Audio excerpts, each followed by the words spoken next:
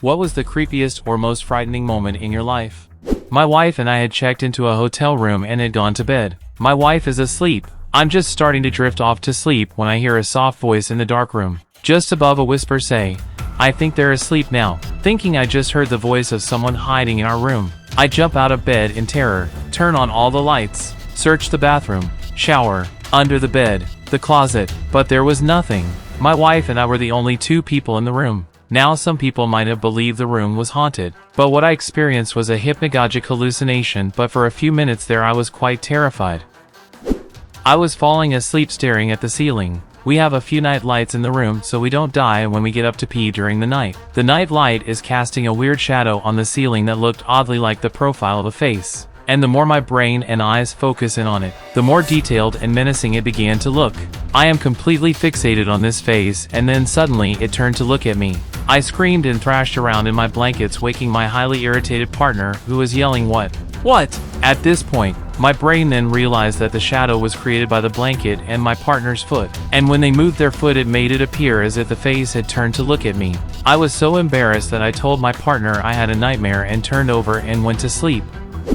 I woke up from a coma in hospital. I was completely paralyzed and my vocal cords were fucked, so I couldn't talk at all. I was in so much pain. I was put on ketamine, but nobody told me this, so I couldn't understand why I was hallucinating. I saw some really scary stuff. I believed I was strapped to the bed and in some kind of illegal experimentation center. The nurses were covered in blood and the doctors wore masks and kept screaming at the top of their voices. I cried so much and the nurses were trying to figure out why. I was desperately trying to ask them not to hurt me, but I had no voice. This went on for a week until I was taken off the ketamine. It's been 12 years and I still have nightmares. I will never touch a hallucinogenic drug again, as I've been told you can get flashbacks to the other times you were on the drug. I will never go back there. Every time I get ill, I'm scared I will have another coma and refuse to call an ambulance even in the most dire situations. I genuinely thought I was in a horror film. It was fucking terrifying. When I was living in my parents' house, my bedroom had this closet that sat directly opposite my bed.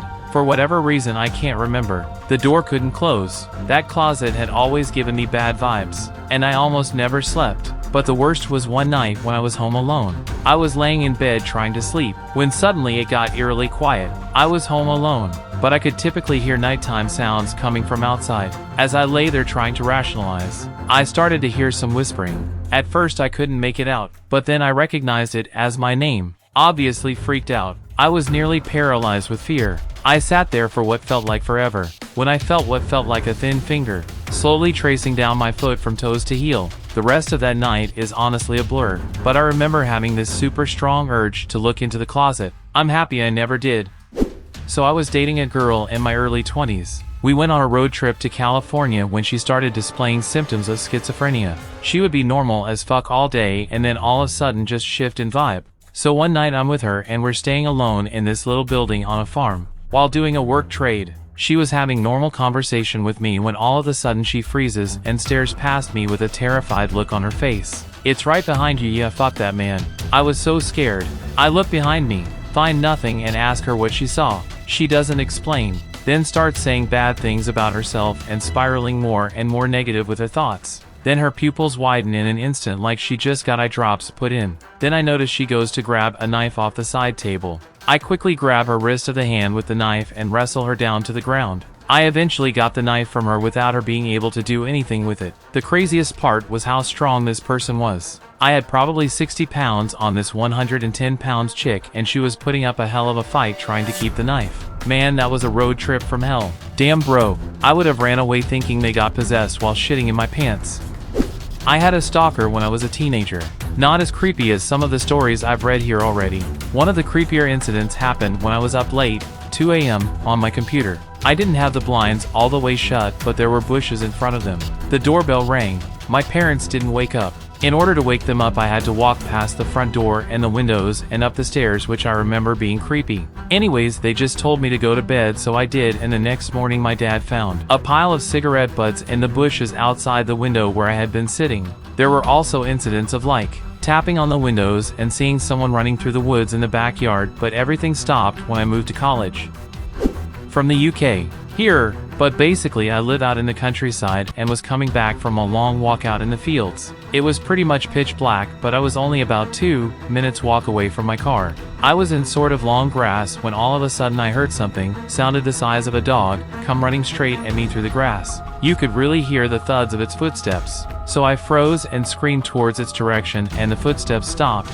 They then started to slowly circle me in this field, like whatever it was stalking me. It went around the back of me, and so I sprinted as fast I could and got back to the car. Feeling safe, I caught my breath, locked the door and turned the ignition on. The headlights came on and were perfectly lighting up the corpse of a rabbit with no head laid directly in front of the car. I got out of there as quick as possible. Was more than likely just a badger. But my god, it felt like a horror movie.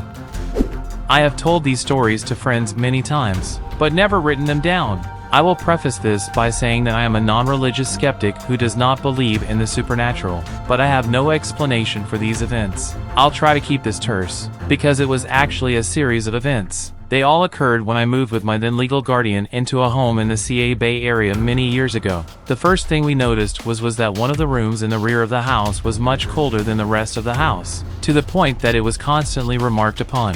My room was directly across the hall from this cold room, which was set up for my guardian's son. My guardian's son would visit often, and the son was young, around age 6 or 7. When he would visit, he would sometimes be tired and cranky in the mornings, and when asked why, he would say, "I can't sleep because the man watches me at night." Fast forward some months. I wake in the middle of the night in my room with the certainty that someone is in my room with me, staring at me. My heart is absolutely pounding. I try not to move, or breathe, or do anything that would give away that I am there. Eventually, the feeling passes and I am able to sleep. Months later, I am in the kitchen cooking up a hot pocket or something in the microwave. I recall retrieving my food and turning around with the saucer in my hand and seeing before me a shadowy mass. Right in front of me, just a non-distinct shadowy mass that shouldn't be there, hovering in air. I had enough time to register it before it moved directly towards me, and fast. I flinched hard, dropped my plate, and turned and ran out of the room. I often think of writing a letter to that address to ask the current inhabitants if they have experienced anything strange. Creepiest thing. I checked into my hotel room for a work trip, ordered room service, ate, watched a little TV, turned out the light pretty early, because I had a big presentation in the morning, went to sleep immediately. I generally sleep quite soundly. Any of my family jokes that I'd sleep through a tornado. I'm often asked, what about that storm last night? What storm?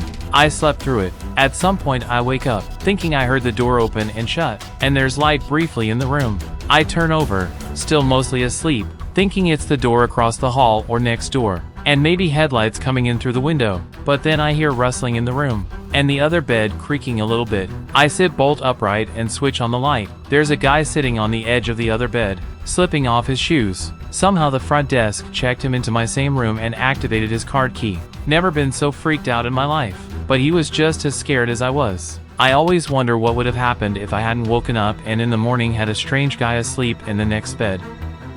Used to live next to the biggest and oldest cemetery in a very big city.